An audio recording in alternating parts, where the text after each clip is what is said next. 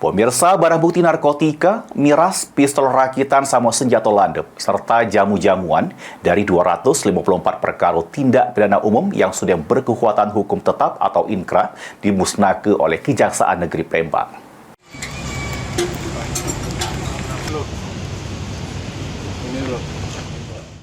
Kejaksaan Negeri Palembang badan lagi nunjuk ke komitmennya juru penegakan hukum kegiatan pemusnahan barang bukti dari 254 perkara tindak pidana umum yang sudah berkekuatan hukum tetap atau inkrah di halaman kantor Kejari Palembang.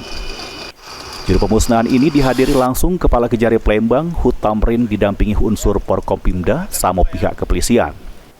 Dari pantauan PAL TV di lokasi, sikok-persikok barang bukti yang dimusnahkan mulai dari di blender, gerindo, ditunu sampai dihancurkan. Kejari Palembang Hut Tamrin mengungkapkan, barang bukti yang dimusnahkan ini yakni narkotika jenis sabu seberat 7.951 gram, 4.136 botol minuman keras berbagai merek, jamu sama kosmetik sama pistol rakitan serta 45 bilah senjata landep. Hut Tamrin juga negas kalau kegiatan ini merupakan dari tanggung jawab institusinya, juru jago ketertiban umum, sama memastikan barang bukti tidak lagi jadi ancaman untuk masyarakat.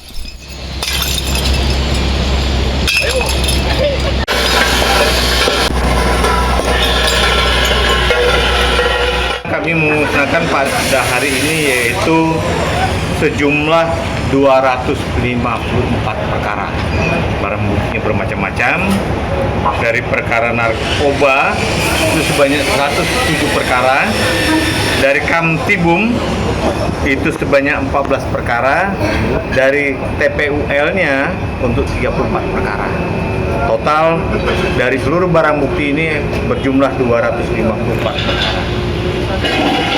Kami mengharapkan bahwa dari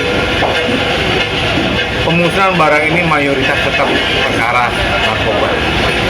Ada beberapa juga senjata api yang merupakan senjata api rakitan.